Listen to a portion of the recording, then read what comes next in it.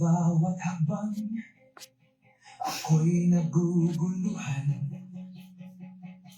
tulad ng hangin, ako'y nawawala. Bakit ng buhay? Hey, God's morning mga kapatid. Ngayon po ay araw ng Tuesday, April 14, 2026. At muli sa ating pagpapatuloy ng ating daily devotion ay tutungo naman po tayo ngayon sa talata mula po sa Isaiah chapter 53 verse 6. At pamagatan po natin itong The Great Substitution. At ngayon sa ating pong pagsisimula, tayo po ay muli sasamahan ng aking partner para po basahin ang talatang ito. At pangunahan po tayo sa pananalangin. God's morning mga kapatid. Tayo po ay babasa mula sa Isaiah 53 verse 6. Tayong lahat ay tulad ng mga tupang naliligaw, nagkanya-kanya tayo ng lakad, ngunit pinataw ni Yahweh sa kanya ang kaparusahang tayo ang dapat tumanggap. Tayo po ay manalangin. Maraming salamat po, Panginoon, sa panibagong araw na ipinagkaloob mo sa bawat isa sa amin. Salamat sa buhay, sa kalusugan, sa walang sawang pag-aaruga mo sa amin. Habang sinisimulan po namin ang araw na ito, hinihiling po namin na kayo ang mamuno sa aming puso at isipan. Bigyan niyo po kami ng karunungan, lakas at gabay upang magampanan namin ng maayos ang aming mga tungkulin. Linisin mo po ang aming mga puso. Tulungan mo po kami maging mabuting halimbawa ng iyong pag-ibig sa lahat ng aming mga nakakasalamuha. Mula sa araw na ito, ilayo mo po kami sa anumang kapahamakan at ang aming pamilya, Panginoon. Kami po ay humihingi rin ng wisdom, Panginoon, at karunungan sa aming mga pag-aaralan ngayong umaga. At ikaw po ang mag-guide sa amin. Ang iyong banal na Espiritu ang siyang mag-guide sa bawat isa sa amin upang lubusan namin ito maunawaan at aming maisapamuhay. Maraming salamat po, Panginoon. At ang lahat po ng ito ay aming ipinapanalangin sa pangalan ng inyong anak na si Jesus. Amen. Amen. Okay, pagkain ang ating Panginoon Diyos. At dito po sa ating talata, basahin ko ulit sa Amplified Version. Sabi po dito, all of us, like sheep, have gone astray. We have turned each one to his own way. But the Lord has caused the wickedness of us all, our sins, our injustice, our wrongdoing, to fall on Him instead of us. No, napakaganda pong passage. Dito ho, ang verse po na ito ay mula po sa propesiya. No? It's a prophecy from Isaiah. No? Tungkol sa, sabi nga po, ay suffering servant. No, at ibig sabihin noon pa man na-prophesy na 100 years ago, no, bago ho dumating ang ating Mesiyas, kung ano po ang mangyayari sa ating tagapagligtas. At katulad po nito, ay sabi nga do sa propesiyang ito ay maghihirap po, no, ito para sa kanyang bayan. Dito pinaliwanag po ang malaking problema ng sangkatauhan. Kabilang po tayo doon. At ang napakagandang solusyon ng Diyos. At kabilang din po tayo sa solusyon din yon. Para po tayong bilanggo, di ba? Sabi nga, parang tayo ang may mabigat na parusa. At hindi natin o sabihin natin ay hindi natin kayang bayaran ang utang na ito.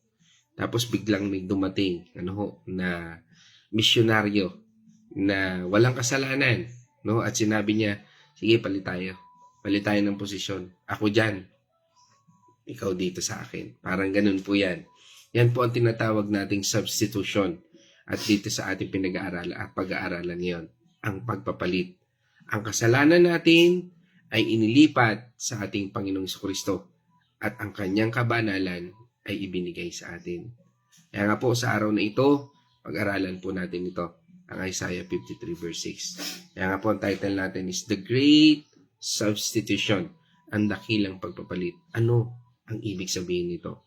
Ibig sabihin, ay sabi nga ay may pumalit sa atin. May taong kumuha ng parusa na dapat ay para sa atin. At dahil doon, tayo ay malaya na. Kaya nga mga kapatid, sa ating pagsaliksik, hatiin po natin sa 3 part ang verse na ito. At dito makikita po natin sa unang part yung kondisyon. Ano nga ba ang kondisyon nito? Ano ang totoong kalalagayan natin even up to now? Ano nga ba yung sabi nga doon sa talata, all of us like sheep have gone astray. No, ang salitang gone astray ay galing po sa Hebrew word na sabihin po natin taano. No, yan po ang Hebrew word niyan, taano. Ibig sabihin, ito po ay nangangahulugang naligaw, lumihis, at nawala sa tamang landas. Ito po yung aksyon na kusang lumayo, no? O gumala, no? At nawala ng direksyon palayo sa pastol. Yan po yon. Bakit sheep, no? O tupa ang ginamit na simile dito, no? Dahil ang tupa po ay kilala sa pagiging madaling maligaw. Hindi sila katulad ng aso na marunong umuwi. No? Ang tupa, kapag nakakita ng damo, sabi nga, susundan yan hanggang sa malayo na siya at hindi na alam ang daan pa uwi. Ganun po ang tupa. No? Ganito din po tayo noon. No? At maaring ngayon. Dahil ang kalikasan po ng tao ay sabi nga ay pasaway. At kung wala ang Espiritu Santo, sabi nga magiging astray tayo. Sabi doon, all of us. Lahat tayo, walang exception. Matalino man yan, mahirap, mayaman, lahat tayo ay nagkakasala at lumilihis. At yan po yung sinasabi doon, we are all astray. Kaya nga po, sa 2 bahagi, ito po yung desisyon. Dahil ang problema ay ang sarili natin. Ang sarili nating desisyon. Sabi nga doon sa verse, we have turned each one to his own way. Marami po nagsasabi na mabait naman ako, di ba? Tumutulong naman ako. Pero ang tanong, sino ang sinusunod mo? Ang salitang own way ay ang ugat ng lahat ng kasalanan. Ito yung my way. Buhay ko to, desisyon ko to. Di ba? O sariling desisyon. Ito yung pagsunod ng sariling galing. Sariling isip at sariling kagustuhan sa halip na sundin ang kalooban ng ating Panginoon Diyos. Di ba? Ano po sabi sa atin ng Romans chapter 3 verse 12? Ang lahat ay lumihis ng landas at nagpakasama, walang gumawa ng mabuti kahit isa. Yun. Pakalinaw po nun, no? Kasi kung sabihin natin na mabuting tao tayo, wala tayong ginagawa, no? Mali sinasabi ng Biblia, no? Dahil sabi doon, lahat ay nagsilihis. Sila'y nagsilapit na walang kapaki-pakinabang. Ibig sabihin po, ang problema natin ay hindi lang yung mga ginagawa nating masama. Kundi yung gusto nating i-priority ang mga, o maging boss natin sa buhay natin. Una, yung mga tao, mga bagay, o karir na higit pa sa ating Diyos. Dahil doon, pagkakasala po yun. Kung mas priority natin yung mga bagay na yan kaysa sa ating Panginoon Diyos, that is sin. Kaya nga po may milagro eh. At ito yung 3 bahagi po ng ating tinatalakay. The Great Substitution. Sabi niya doon sa text, no, but the Lord has caused the wickedness of us all. to fall on Him instead of us. Ito yung pinakamaganda at pinakamalalim na part. The word substitution. Instead of us, halip na sa atin, ibig sabihin, ang hustisya ng Diyos ay nalipat. Siya na dapat maningil at siya rin na nagbayad ng kasalanan. Ang kasalanan na may parusang kamatayan. Diba ano sabi po sa atin ng Romans chapter 6 verse 23? Sapagkat kamatayan ang kabayaran ng kasalanan, ngunit ang libreng kaloob ng Diyos ay buhay na walang hanggan sa pamamagitan ni Kristo Jesus na ating Panginoon. Amen. So lahat tayo ay nagkasala. Kaya nga sabi doon ni Pablo, for the wages of sin is death, but the gift of God is eternal life through our Lord Jesus Christ. Who will believe? O sino yung maniniwala? At yan ay kinopya niya doon sa passage ng Genesis chapter 2 verse 17. Ano po sabi doon sa Genesis chapter 2 verse 17? Maliban sa bunga ng punong kahoy na nagbibigay ng kaalaman tungkol sa mabuti at masama, wag na wag mong kakainin ang bungang iyon, sapagkat sa araw na kainin mo iyon, ikaw ay mamamatay. Okay. Take note, doon sa word na, for in that day that you eat from it, you will surely die. Sa araw na kanin mo ang bunga na yon, siguradong mamamatay ka. At yun po yung kabayaran ng pagsuway sa ating Panginoon Diyos. Yun yung kabayaran ng mga bagay na mas pinapriority natin kaysa sa ating Panginoon Diyos. Mula pa po sa simula, itinakda na ang parusa ng kasalanan. At ang nagbabayad po niyan ay ang ating kaluluwa. Sabi doon sa Ezekiel chapter 18 verse 4. Ano po sabi doon? Ezekiel chapter 18 verse 4. Akin ang buhay ng lahat ng tao, maging sa ama, sa anak, at sa kaluluwang nagkasala ay mamamatay. Amen. Yan daw po yun. Lahat ay mamamatay. There's no exemption. Sabi doon, the soul who sins shall die. Ang kaluluwa na nagkasala, iyon ang dapat mamatay. Kaya nga, dapat, sabi nga, dahil banal at makatarungan ng Diyos, hindi po niya pwedeng palampasin ang kasalanan ng walang bayad. Tandaan po natin, ang anumang kasalanan sa ating buhay, may kabayaran po yan. Pero dahil mahal na tayo ng ating Panginoon Diyos, inilagay po niya ang lahat. This is the good news ng bigat para sa ating Panginoong Hesus. Ano nga ba ang inilagay niya sa Kanya? Sige, pag-usapan po natin. Sabihin na po natin. Una, wickedness. Yan po yung mga kasamaan ng ugali natin. Yan yung ating mga misbehavior. Yan po yung mga wickedness natin. Sin. Yan yung paglabag natin sa batas ng Diyos. Pag, di ba? Unahin na natin, huwag kang sasamba sa Diyos-Diyosan. Di ba? Ano man ang mga bagay na mas pinapriority mo kaysa sa Diyos, sin yan. Kasalanan. Ano man ang pagsuway mo. Ayon sa sinasabi ng Biblia, sin yan. Injustice, mga maling nagawa natin sa kapwa. Yan po yung mga injustice. Ano pa? Wrongdoing, lahat ng kamalian. Mga kapatid, there's a good news. Lahat ng yan, ipinatong sa ating Panginoong Hesus. Maaring, kung tatanungin natin, lahat tayo tataas ang kamay.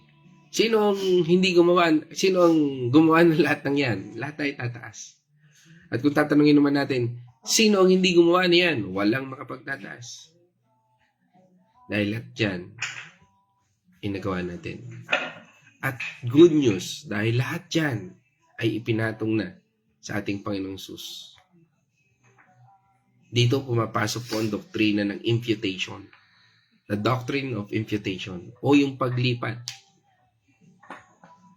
Kaya nga po, yan po yung pagtanggap natin sa ating Panginoon. At dito po, may dalawang nangyari. Yan po sa imputation na yan. Yung nangyari sa cross, ano ho yun? Una, tungayan po natin.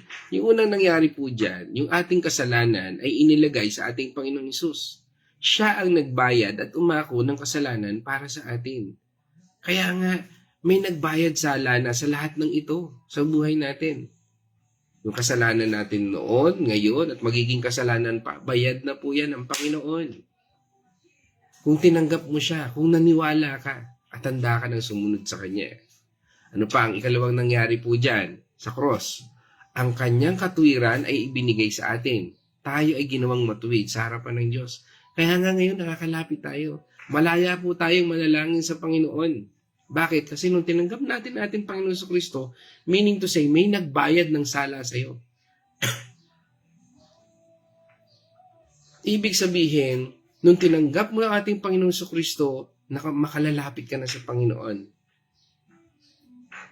Wala nang maghuhusga sa iyo na, di ba kahapon nagsinungaling ka? Di ba kahapon ginawa mo to, mga kasalanan? Wala na. Ipaalala na lang sa iyo ni Satanas yan para matakpan yung ginawa ng ating Panginoong Kristo. The moment na tayo lumalayo sa Panginoon, ibig sabihin, tayo ang nagtatakip ng pagbabayad ng kasalanan ng Panginoon. Binayaran na pero ayaw pa rin natin sabihin, no, ayaw ko tanggapin yung bayad mo. Parang ganun po yan. Diba? Sabi nga po doon sa 2 Corinthians chapter 5 verse 21. Hindi nagkasala si Kristo, ngunit dahil sa atin siya itinuring na makasalanan upang sa pamamagitan niya ay maging matuwid tayo sa harap ng Diyos. Amen. Apakalinaw po niyan. Hindi nagkasala ang ating Panginoong Kristo. Ibig sabihin si Jesus ay walang kasalanan, pero sabi nga, pinaramdam sa kanya na parang siya ang pinakamasamang tao sa mundo. Imagine niyo yung hagupit. Imagine niyo yung pang-alipusta. Imagine niyo yung pagtawanan ka. Imagine niyo na itinuro ka. Ipako siya sa krus. Ipako siya sa krus. Imagine niyo yun. Over Barnabas. Sa taong pumatay, sa taong nagkasala, sa taong lahat na ng kasalanan ginawa niya sa buhay niya. Over him. Tayo yon. Tayo ang Barnabas. Tayo yung makasalanan.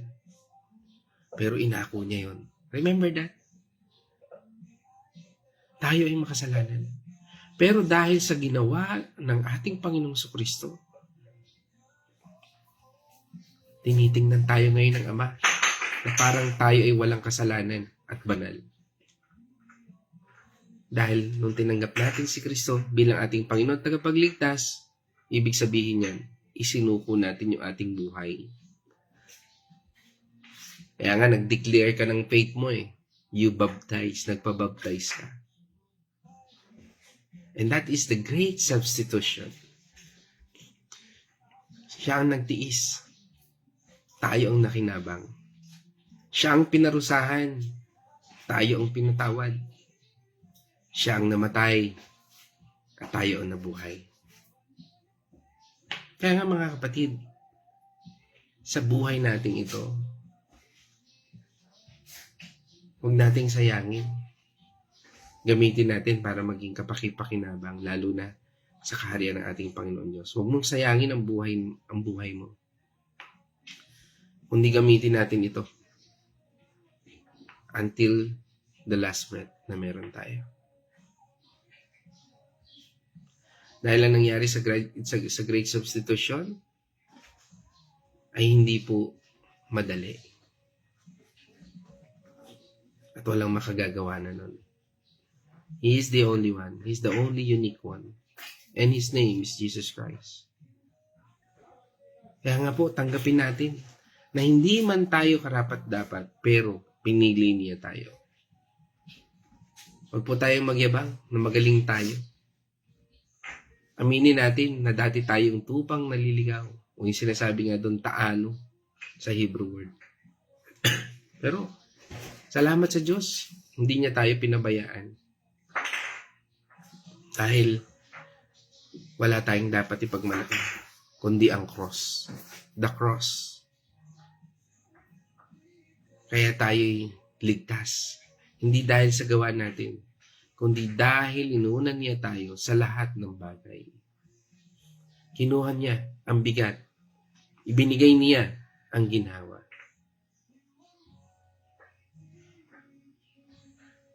At huwag na po tayong bumalik sa my way. Dahil nabalitaan ko, lahat daw na kumanta ng my way. Madaling mategi. Oo, natitegi na. Biro lamang po yun. Kaya nga mga kapatid, sa akin pong pagtatapos, no? Dalhin po natin ito sa ating isipan. Nung tayo po ay naligaw, hindi niya tayo iniwan. Nung makasalanan pa tayo, pinalano niyang lahat para iligtas tayo. Gumawa siya ng mga bagay, nagpadala siya ng mga tao para tanggapin natin siya, para sundin natin kung ano sinasabi ng Biblia. Nagministeryo tayo, nagpabautismo tayo, nagtuloy tayo sa ministeryo. Yan po ang plano ng Diyos. At ang hustisya ng Diyos ay dapat naniningil. Pero ang pag-ibig ng Diyos ang nagbigay ng kapalit. Si Jesus. Si Jesus ang tumayo sa pwesto natin. Siya ang pumalit para sa atin. Kaya ngayon, wala na po tayong dapat katakutan. Lahat ng kasalanan natin, pinatawad na. Lahat ng parusa, tinapos na. At lahat ng biyaya, nasa atin na. Ito po ang great substitution. Ang pinakamagandang balita na maaari nating marinig sa buong pagkatao natin kailanman. Kaya nga mga kapatid, God bless. Have a powerful and blessed Tuesday to all of us. Ngayon naman, tutungo po tayo sa Wednesday's reflection. God's morning mga kapatid. Dito po ay natutunan natin na tayo ay isang tupang naliligaw, pero sa pamamagitan ng ating Panginoon, meron na tayong direksyon. Hindi na tayo naliligaw. Ito po ang aking reflection sa ating napag-aralan. Inaamin ko po na maraming beses akong parang tupang naliligaw. Madalas kong pinipili ang sarili kong desisyon at sarili kong lakad o sarili kong pananaw kahit na alam kong lumalayo ako sa Panginoon. Dahil dito may mga pagkukulang at kasalanan na dapat sana ay ako ang paparusahan at magdusa. Ngunit sa halip na parusahan ako, pinataw ang lahat ng bigat at sakit sa ating Panginoong Hesukristo. Siya ang tumanggap ng parusa upang ako ay mapatawad at maging masaya. Dahil sa dakilang sakripisyong ito ng ating Panginoong Hesukristo, pinipilit kong manatili at bumalik sa kanyang piling, mamuhay ng may takot at pagmamahal sa Diyos, at huwag nang sayangin ang biyayang natanggap ko mula sa Kanya, at iyon ay ang kaligtasan. Patuloy akong mananalig sa presensya niya at naniniwala ako na kayang-kayang lusawin ng ating Panginoon ang bukol na meron ako ngayon. Maraming salamat sa Panginoong Hesukristo na nagmamahal sa akin at sa atin sa lahat ng blessing na ipinagkaloob niya sa atin. Praise God po and God bless sa inyong lahat. Amen. Okay. So ngayon naman tayo po dadako sa mga kapatid natin via online. God's morning po. At pagbati natin, nakauna na natin si Brother Arthur at pagbati na natin yan kay paring Arthur, no? at kay Kumaring Len, no, dyan sa Barangay Concepcion, Carmelite, no, San Pablo City, no. At pagbati rin natin sa inyong mga anak, kay Jeline at kay Pao, no? At pagbati na rin natin dyan sa aming inanak kay Tyron at kay Janessa. Sa mapagpalang God's morning, everyone, sa ating lahat dyan. At sinundan po tayo ni Nay Marta, no? Artillaga, no? At pagbati natin dyan sa Bulaking Chaong. Siyempre, kasama dyan sila Kuya Chris Artillaga, si Nay Gori, no?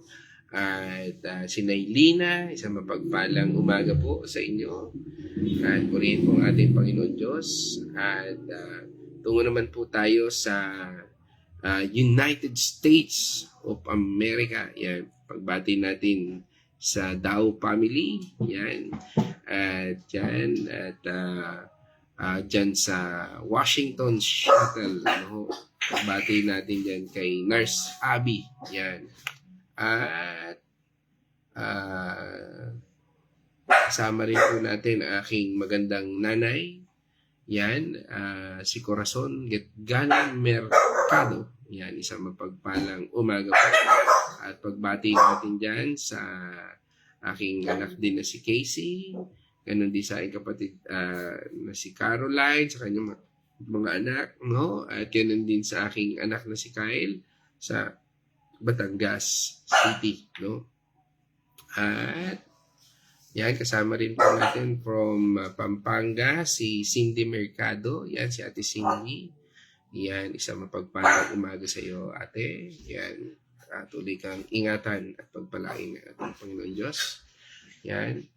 At from Barangay Santo Niño, isang mapagpalang umaga po sa inyo.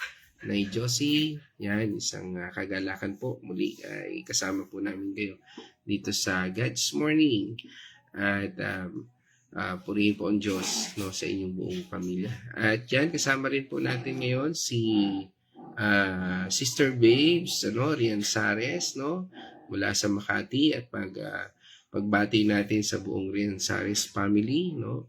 Yan, kila Kuya Ramil at sa buong family, no, isang mapagpalang umaga po dyan sa bayan ng Makati City. At tungo naman po tayo sa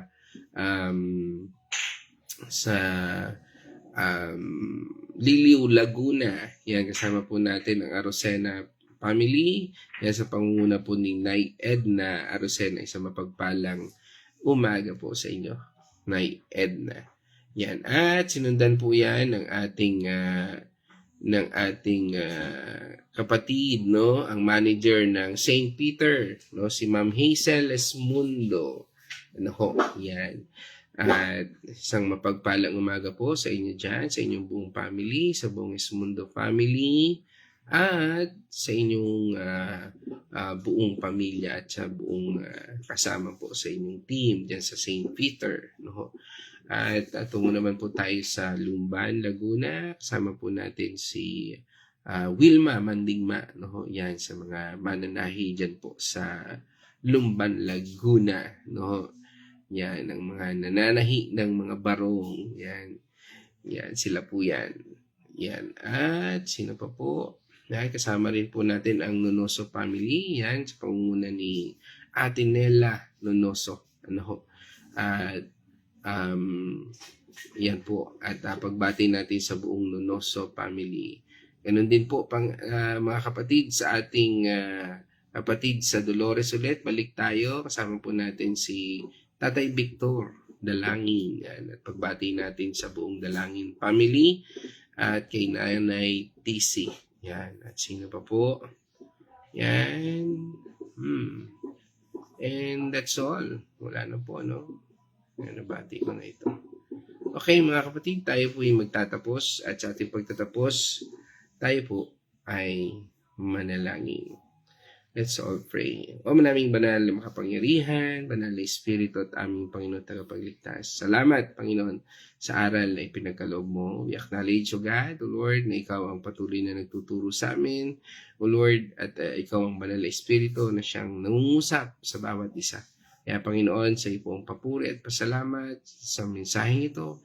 Naniniwala po kami, Panginoon, ikaw ang guro na siyang nagturo sa amin. Salamat po sa bawat isa na ginamit mo upang patuloy, Panginoon, na maipahatid, O Lord, ang iyong mabuting balita. Salamat, Panginoon, sa iyong kabutihan at sa patuloy na pag-iingat mo sa bawat isa sa amin. Kaya, Panginoon, kami po ay nagpapasalamat sa mensaheng ito na nagpapakita, Panginoon, ng importanteng bagay sa buhay namin, the great substitution, Lord, na pinagkaloob mo, Panginoon, ang iyong nag-iisang anak na si Jesucristo upang kami ay iligtas, upang kami ay ipalit, Panginoon, the switch, O Lord, upang hindi po kami mapahamak, kundi, Panginoon, makasama mo sa iyong kaharian. Kaya salamat, Panginoon, hindi man namin ito hiniling, hindi man namin ito, Panginoon, pinaghirapan, subalit napakabuti ng iyong layunin, Panginoon. At ang iyong pagmamahal, ang siyang ikaw, Panginoon, dahil ikaw ang tunay na pagmamahal. Kaya salamat sa lahat ng ito at sa lahat ng biyaya. Salamat sa kagalingan, salamat sa pag-iingat, salamat sa probisyon na iyong pagkakaloob sa bawat isa sa amin. At naniniwala po kami, Panginoon, na anumang karamdaman, Lord, ay iyo pong pinagaling na. At sa iyong latay, Panginoon, naniniwala kami, Panginoon, na especially, Lord, sa aking asawa, Panginoon, ay ihanda mo po ang kanyang puso, ganun din ang kanyang emosyon at ang kanyang katawan, Panginoon. Sa battle na ito, Lord, naniniwala kami, Panginoon, na ikaw ang Diyos na siyang nagpapatnubay at nagbibigay ng lakas. Salamat sa lahat ng ito.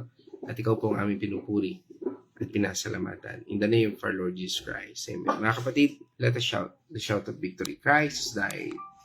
Christ is risen. Christ will come again. And together, we are for Christ. Again, God's morning, everyone.